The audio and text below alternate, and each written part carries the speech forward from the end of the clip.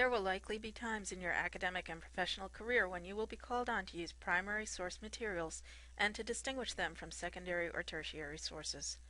This video is intended to clarify these distinctions. A primary source is a document or physical object that was written, present in, or created during the time under study and offers an inside view of a particular event.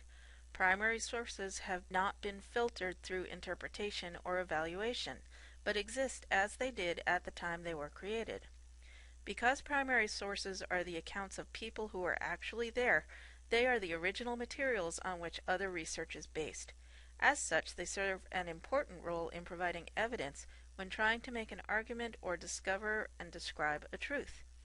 Primary sources include original documents like diary speeches, news footage, and autobiographies, creative works like poetry, drama, novels, and music, and artifacts like clothing, pottery, or buildings. Specific examples include this website containing the original text of the U.S. Constitution. Even though this website didn't exist at the writing of the Constitution, the text represented is the original text and is considered a primary source.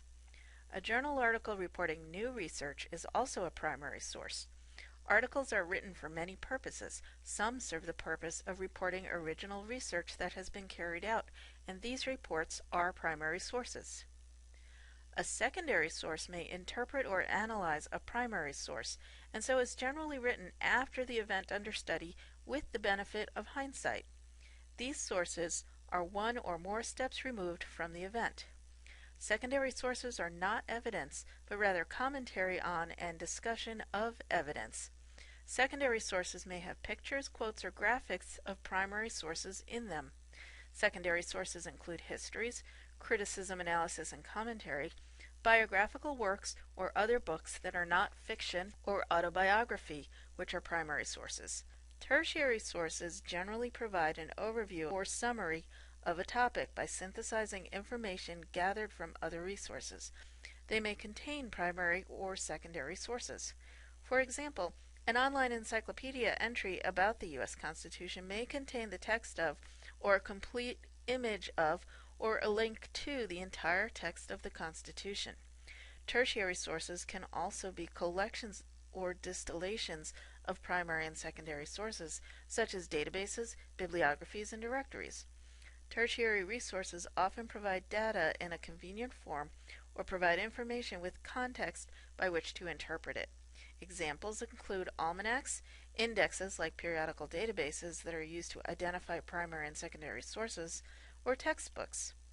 This chart gives examples of primary, secondary, and tertiary sources in the health sciences. To review, primary sources like research studies, autobiographies, or original documents were created at the time under study. Secondary sources like informational websites, journal articles, or nonfiction books may use or cite primary information sources, but they are created after the period in question with the benefit of hindsight.